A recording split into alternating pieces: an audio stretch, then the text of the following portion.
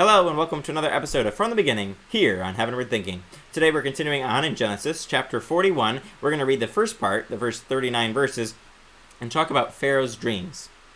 When 2 full years had passed, Pharaoh had a dream. He was standing by the Nile, when out of the river there came up 7 cows, sleek and fat, and they grazed among the reeds.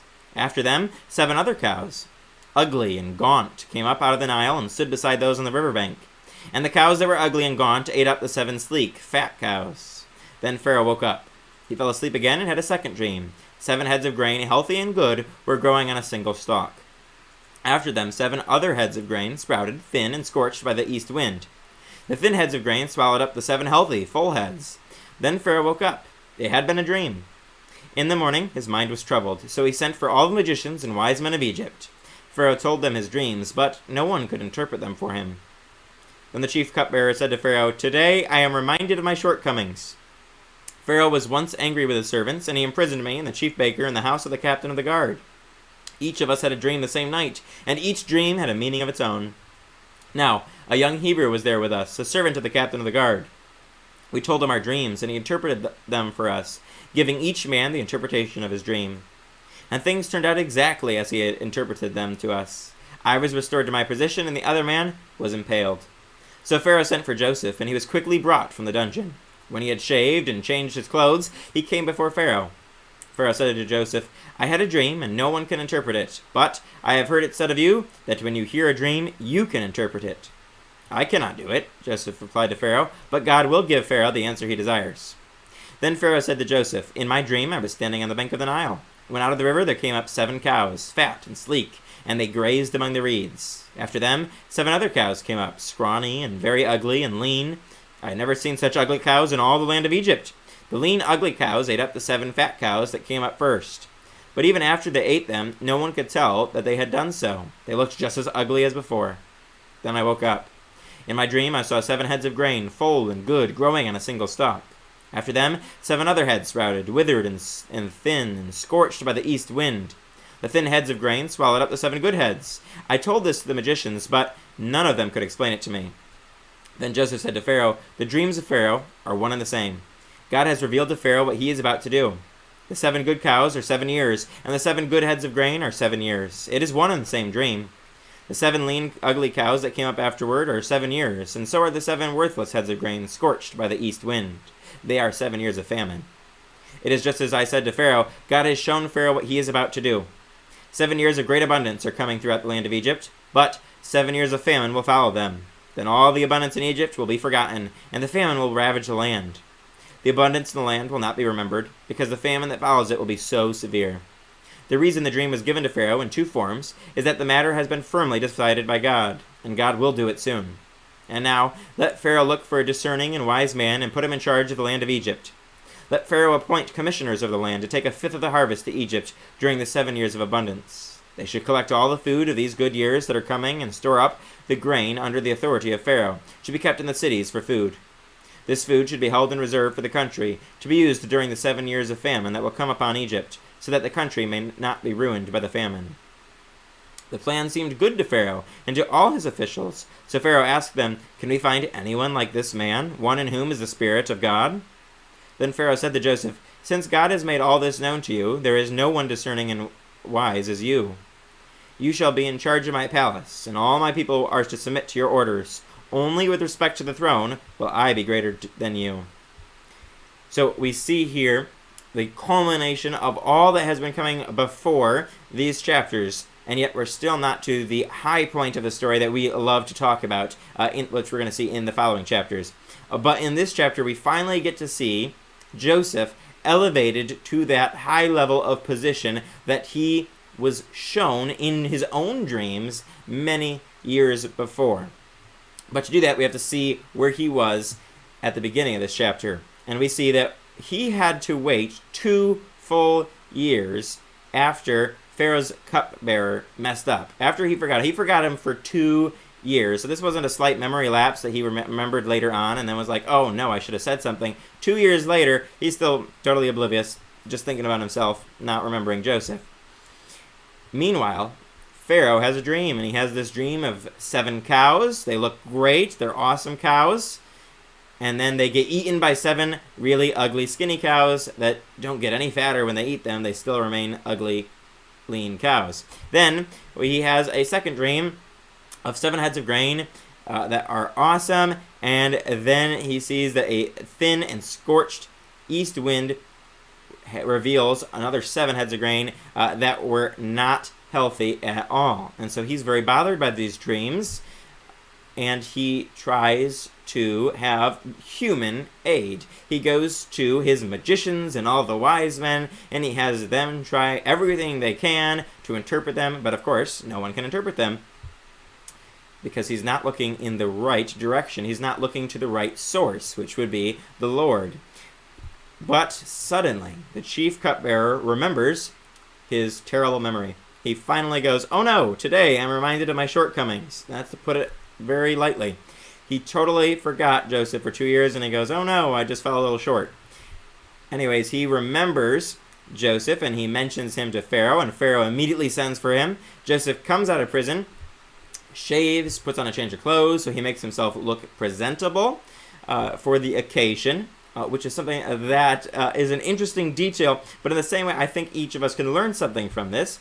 Not only can we learn from the man who forgot things, we should probably pay more attention to our surroundings, other people in our life, the people God has placed in our lives, especially those who help us with something. Like in this cupbearer's case, we probably should remember them, not just think about me, myself, and I. But not only can we learn from that, we can learn from Joseph preparing himself, making sure that he is ready for the occasion to meet Pharaoh. Because a lot of us would think he's getting out of prison. Who cares what he looks like? Just get out of prison, enjoy it. But no, he makes sure he is presentable for the occasion that the Lord is calling him to do something in. And that is something for each and every one of us. We might not want to do the hard work to be presentable in certain cases. We may not feel like doing certain things, but we should be presentable for the occasion the Lord is calling us to. Sometimes that may mean shaving like Joseph did, putting on a presentable clothes. Sometimes it may mean the opposite, not doing those things, because that might not help us in that situation. It may turn people away. So it's interesting that we have this a little bit of a nugget here before we get into the real meat and potatoes of the section, which we see here with Pharaoh. Pharaoh said this to Joseph, I had a dream, and no one can interpret it, but I have heard it said of you that when you hear a dream, you can interpret it. This is an awesome moment. Joseph has been waiting for years in prison, for years in slavery. He's been waiting his whole life for this moment. Someone is going to recognize him in a position of honor. And so, of course, he says, yep, I can definitely do that. Let me interpret it for you. No. He does not do that. Instead, he goes, I cannot do it. If you were standing in front of the most powerful person in the world and they asked you, or didn't even ask you, just said, yep, I know you can do this, do you think the first thing you would say would be, no, actually, I can't do that? I don't think so. I don't think we would have that kind of courage to say, nope, I can't do that, but God can. God can do it. He immediately points Pharaoh, the very first time he has any opportunity to, he immediately points Pharaoh to the Lord instead of himself. And this is a great lesson for each and every one of us. When someone looks at us and sees something different in us, when someone looks at us and says, I need you to do this, I know you can do this, I've heard that you can do this, we should go, nope, actually I cannot do that. But the Lord can do that. He can use me to do what you're asking. He can use me in this situation, but it's not me, it's the Lord working through me. We need to make sure that we're pointing the glory to the Lord, pointing people to Jesus. That's what we want to do. We want to shine for Jesus so that people will glorify our Father in heaven. That's what Scripture says. We want to do that. We need to do that. That's our goal as Christians, not to gain glory, not to gain things for ourselves, but to gain it for the Lord, to point people to Jesus.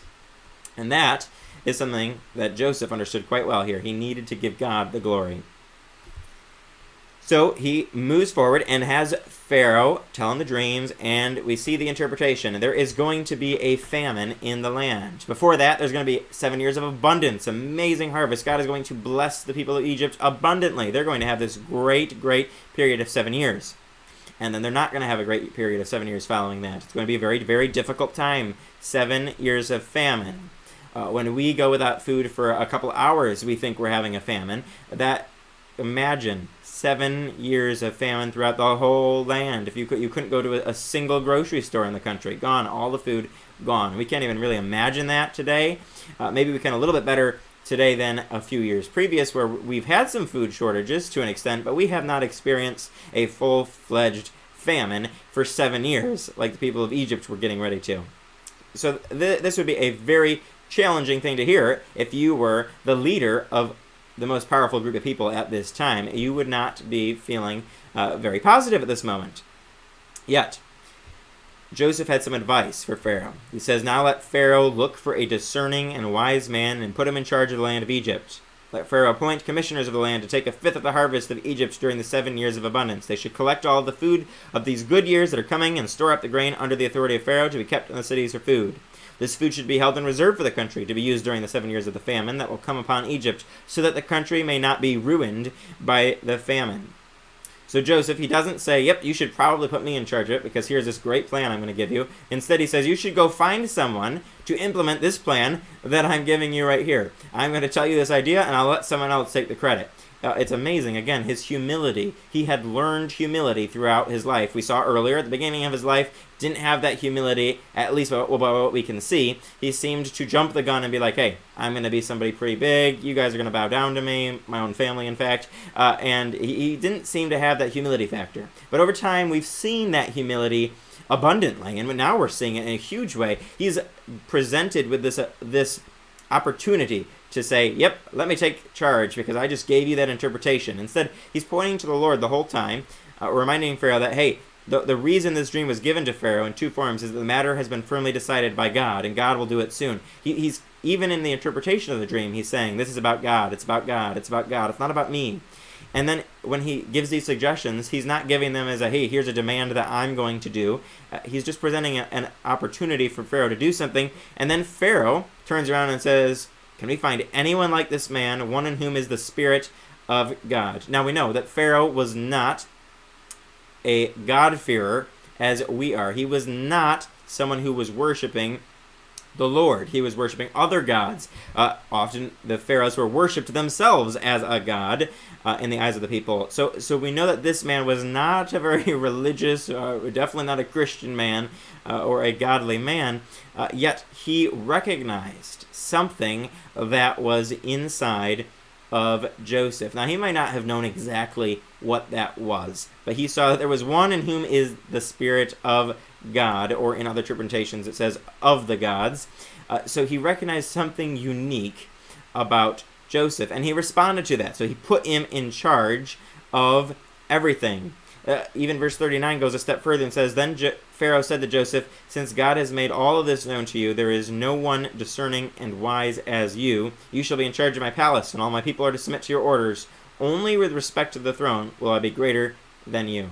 So he recognizes not only is there something different about Joseph, but God himself has revealed something important, monumental, in fact, to Joseph. And so Pharaoh responds appropriately in this. He elevates Joseph in an instant from prison to number one man in all of Egypt. Only with respect to the throne was Pharaoh greater than him. So Joseph was pretty much going to run everything in Egypt, and then Pharaoh was going to get to sit on his throne. Not a bad deal if you're the most powerful man and don't have to do much, but what an amazing, amazing promotion for Joseph. He goes from bottom of the barrel to being in prison, being completely forgotten by those he's helped, and then he gets to become the top official for Pharaoh.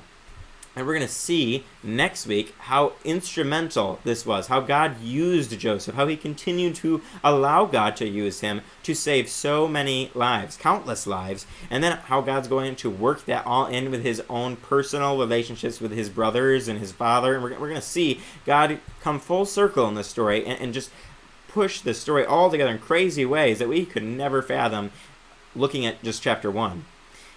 So it's amazing to see what God can do, but it's amazing to see what he wants to do through us if we're willing to be instruments of his, if we're willing to be humble, if we're willing to be used by him. And that was something that Joseph displayed so powerfully in this chapter. So I want to encourage you this week to really try to put into effect and into practice in your own life that humility. Allow God to use you this week, and you'll be amazed at how God will use you as you point to him and give him the glory in everything this week. As always, join us next time for another episode of From the Beginning here on Heavenward Thinking.